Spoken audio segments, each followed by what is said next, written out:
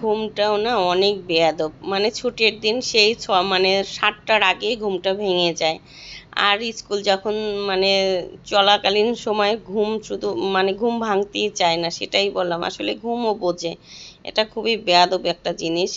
তা শুভ সকাল বন্ধুরা, রান্নাঘর থেকেই ব্লগটা শুরু করলাম। ঘুম থেকে উঠে পড়েছি অনেক সকাল সকাল, অনেকক্ষণ বিছানায় বসে মোছরামুছরি করলাম, আর ভালো লাগতেছিল না।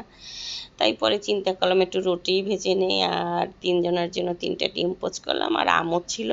তা আমটা একটু কেটে নিয়েছি, যেহেতু আজকে দীপের বাবাই বাসায় আছে।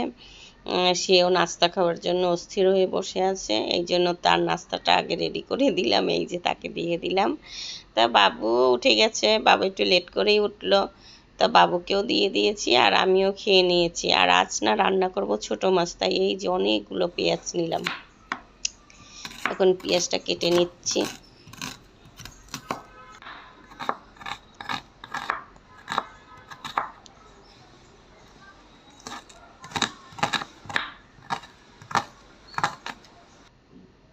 এই যে ছোট মাছ মানে কাচকি মাছ রান্না করব। মাছগুলো না অনেক সুন্দর, একেবারে ময়লা নেই কোনো। কিন্তু কাচকি মাছে একটাই সমস্যা, ক্লিন করতে গেলে একেবারে কেমন জানি গলা মোচা হয়ে যায়, যেটাকে বলা যায়। তা একটু সুন্দর করেই ধুয়ে নিলাম, আর এখন এই যে মাছটা একবারে মেখে নেব। ছোট মাছ, তার ছোট মাছে কিন্তু বেশি করে পেঁয়াজ রসুন দিলে ভালোই লাগে। তাই এই যে বেশি করে পেঁয়াজ দিলাম, রসুন দিলাম, টমেটো আর কাঁচামরিচ, মেখে জোকে একবারে বসিয়ে দেব। চুলাটা অফই আছে। আমার ছেলে এসে না ভয় পেয়ে গেছে, ও আবার আসলো, এসে বলল যে মা চুলাটা কি তুমি কি চুলার উপর রেখে করতেছো? পরে বলল যে কাছে এসে দেখলো, তখন বুঝলো যে না, চুলাটা বন্ধ। তো এই যে মশলাগুলো একটু দিয়ে দিচ্ছি, হলুদের গুঁড়ো আর লবণ দিলাম, মরিচের গুঁড়ো দিলাম, আর দেবো একটু ধনিয়ার গুঁড়ো, আর সামান্য একটু জিরে বাটা, জিরের গুঁড়ো ছিল না, জিরেটা না দিলেও হতো। তারপরও চিন্তা করলাম যেহেতু আছে, একটু আয়েশ করেই রান্না করি। আসলে ছুটি থাকলে না সুন্দর করে রান্না জিনিসটা একটা শিল্প, এটা যত সুন্দর করে রান্না করা যাবে টেস্ট ততই বেড়ে যায়। আর এখন দিয়ে দিলাম সরিষার তেল, ছোট মাছ সরিষার তেলেই ভালো হয়।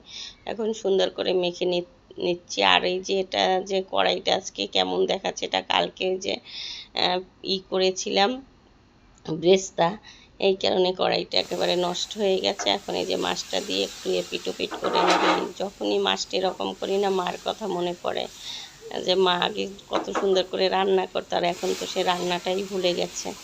আসলে মানুষের জীবন এটাই। আর এই যে বাবুর জন্য দিয়ে দিলাম 3টা চিংড়ি মাছ, গলদা চিংড়ি। আলাদা করে আর কি রান্না করব, যেহেতু ওরও অ্যালার্জির সমস্যা, তারপরও বললো অনেকদিন যাবত চিংড়ি মাছ খাচ্ছে না, এই জন্য শুধু দুপুরের জন্য দিলাম, যে রাতে না হয় ডিম ভেজে দেবো। এই যে একটু ভাজাভাজি করে এখন জলটা দিয়ে দিলাম, আর একটু ঢেকে দেবো, তাহলেই হয়ে যাবে, কারণ কাচকি মাছ তো হতে সময় লাগে না।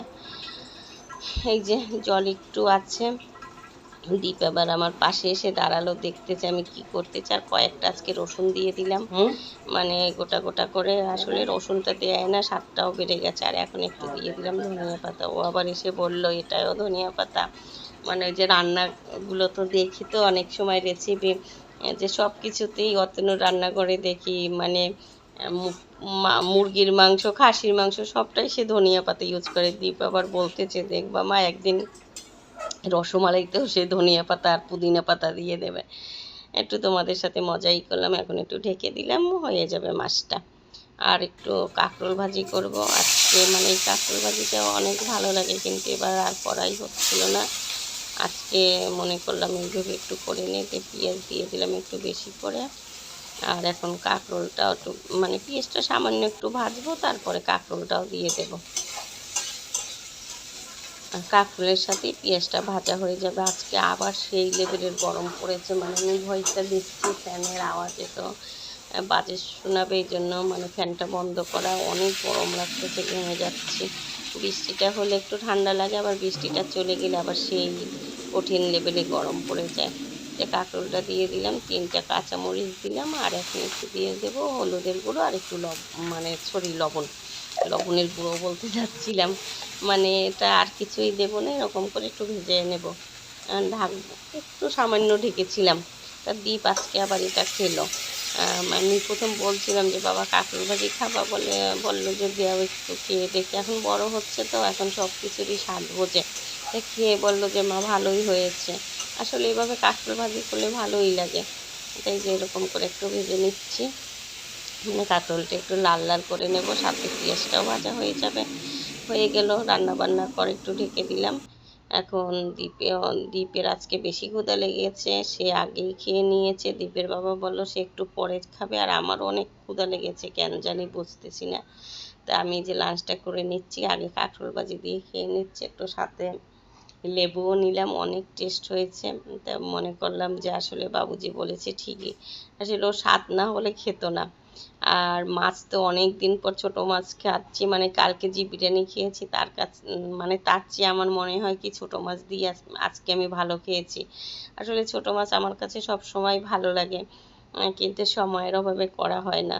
তো এই যে এটা দিয়ে আমি খেয়ে নিচ্ছি খুব মজা করে। দিবির বাবাও পরে এসে বসে পড়লো।